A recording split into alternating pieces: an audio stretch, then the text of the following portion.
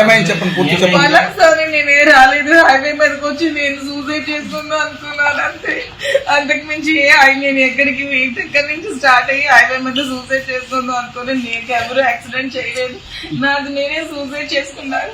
గత 3 రోజులుగా నా మీద సూసైడ్ వాళ్ళు చేస్తున్న హెరాస్మెంట్ నా పిల్లల మీద చేసుకెళ్ళి తట్టుకోలేక నేను సూసైడ్ చేసుకున్నాను. నేను ఇంటి నుంచి బయటకు కూడా రాలేకపోతున్నాను. నేను చేస్తున్న ఎలిగేషన్స్ వల్ల నాకు ఇప్పుడు ఏదైనా నేను ఇప్పుడు చనిపోయినా దానికి కానీ దువ్వాడు నాది అవుతుంది. నేను ఇప్పుడు చచ్చిపోతే చట్టపరమైన చర్యలు దువ్వాడు వాళ్ళ మీద తీసుకోవాలని నేను అక్కడికి కోరుకుంటున్నాను. రిక్వెస్ట్ నేను అసైన్మెంట్ నాకు నేను ట్రీట్మెంట్ తీసుకొని నాకేమవుతుంది, నేను సూసైడ్ చేసుకొని చచ్చిపోవాలనుకుంటున్నాను అంతే.